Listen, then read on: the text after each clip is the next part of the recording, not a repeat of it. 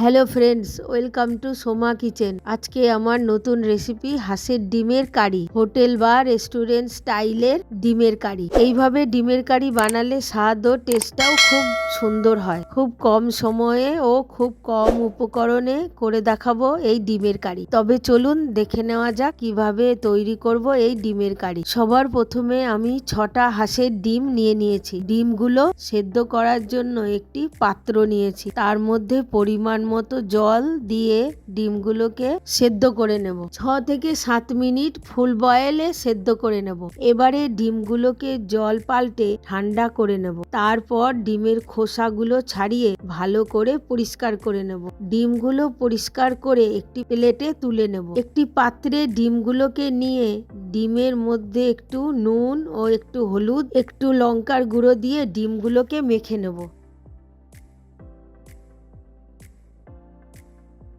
এবারে আমি একটা মিক্সিং জার নিয়েছি। ওই জারের মধ্যে দিয়ে দেব কয়েকটা কাঁচা লঙ্কা, কয়েকটা রসুন, 1 চামচ ধনে গুঁড়ো, 1 চামচ জিরে গুঁড়ো ও কেটে রাখা পেঁয়াজ। এই মশলাগুলোকে একটু জল দিয়ে একটা পেস্ট বানিয়ে নেব। এবারে ওভেন ধরিয়ে একটা কড়াই বসিয়ে তার মধ্যে পরিমাণ মতো সাদা তেল দিয়ে তেলটাকে খুব ভালো করে গরম করে নেব। তেলটা গরম হয়ে গেলে তার মধ্যে মেখে রাখা হাঁসের ডিমগুলো হালকা করে ভেজে তুলে নেব।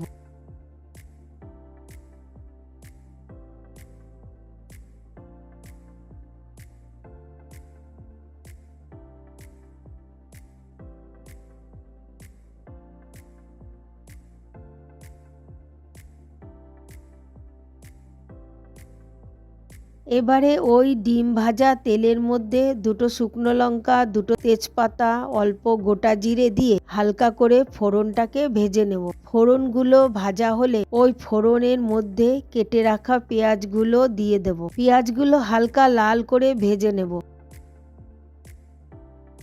তারপর 1 চামচ নুন ও 1 চামচ হলুদ দিয়ে পেঁয়াজটাকে ভালো করে নেড়ে নেব।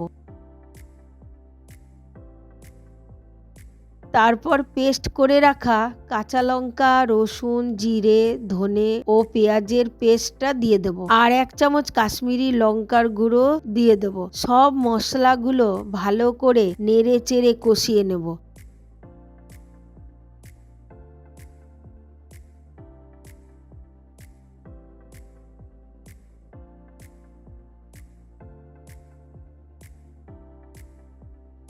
মশলাটা কষানো হলে টমেটো পেস্টটা দিয়ে দেব। ভালো করে মশলাটাকে কষাতে হবে। যখন মশলাটা ভালো করে কষানো হবে তখন অল্প জল দিয়ে গ্রেভিটাকে কষিয়ে নেব।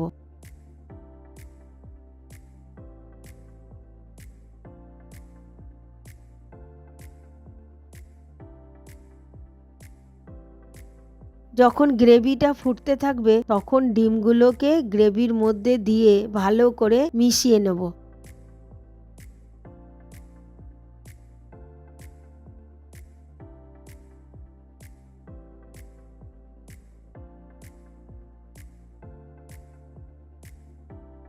এবারে 1 চামচ গরম মশলা দিয়ে নামিয়ে দেব।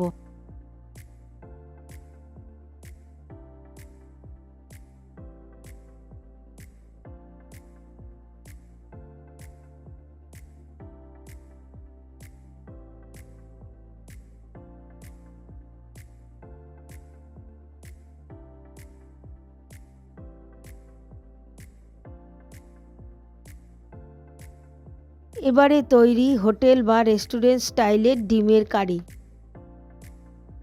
রুটি, ভাত, পরোটা সঙ্গে খুব ভালো লাগবে। রেসিপিটা ভালো লাগলে লাইক, শেয়ার, সাবস্ক্রাইব করবেন। ধন্যবাদ।